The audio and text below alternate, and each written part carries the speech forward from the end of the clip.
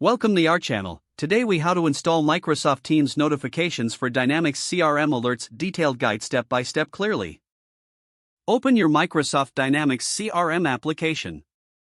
Navigate to the settings area within the CRM dashboard. Select customizations from the settings menu. Click on customizable entities. Choose the entity for which you want to set up notifications, such as accounts or opportunities. Find and click on the Notifications option in the Entity Customization menu. Select New Notification. In the Notification Configuration window, enter a name for your notification.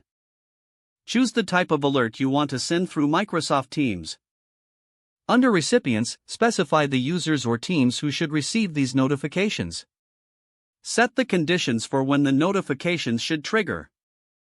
Now, click on the Submit or Save button to save your notification settings. Next, open your Microsoft Teams application.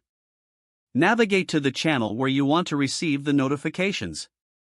Click on the More Options icon next to the channel name. Select Connectors from the drop-down menu. Search for and select Incoming Webhook. Click on Add to set up the incoming webhook. Provide a name for your webhook and upload an optional image. Copy the generated webhook URL. Return to your Dynamics CRM and paste the webhook URL into the webhook URL field for the notification. Test the notification settings to ensure everything works correctly. Make any necessary adjustments based on the test results. Once satisfied, finalize the configuration and close the settings. Your Microsoft Teams notifications for Dynamics CRM alerts are now installed and set up. If the page does not load, refresh the browser or try again in a private or incognito window. Make sure you are using the correct email address, then retype it carefully to avoid small typos.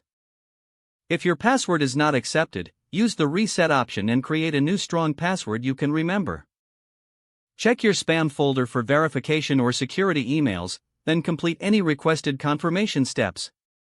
Enable two-factor authentication if available to improve account security and reduce unauthorized access risk.